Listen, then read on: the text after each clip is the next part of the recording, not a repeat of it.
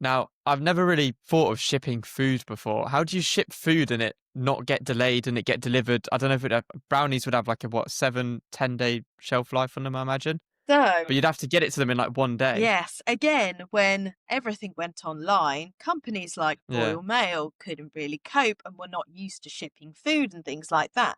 So, the early days, we were getting, there was a particular sorting office in the UK, which will not be named, um, that they were sort of opening up the parcels, eating the brownies, packaging them back Wow. up, and then giving them to the recipient.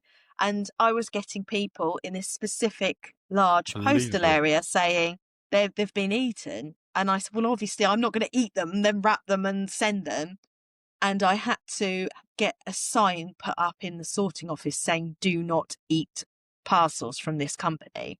And the reason I know this is definitely legit is because I sent my mum a load of gift vouchers in the post with the brownies. The gift vouchers were missing and the brownies were missing. So I know it's, it was definitely a thing that was going on.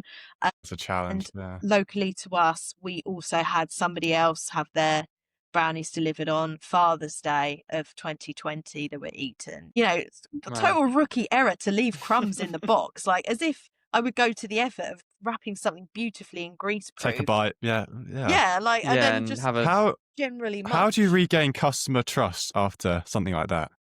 I have never, ever, ever had a customer that has been angry about something like that I haven't been able to turn around.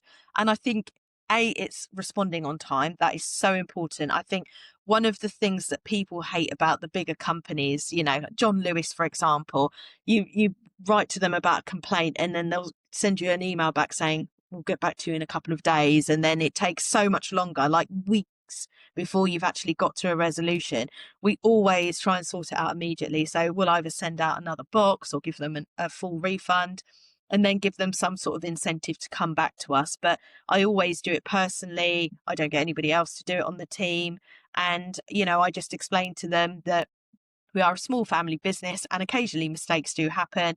But when it comes down to exterior factors, we are very clear to them that, this is an exterior factor and, there's nothing we can do about the odd occasion like a box goes missing. But what we can do is send you out a replacement immediately and they'll have that within 24 hours of making the complaint.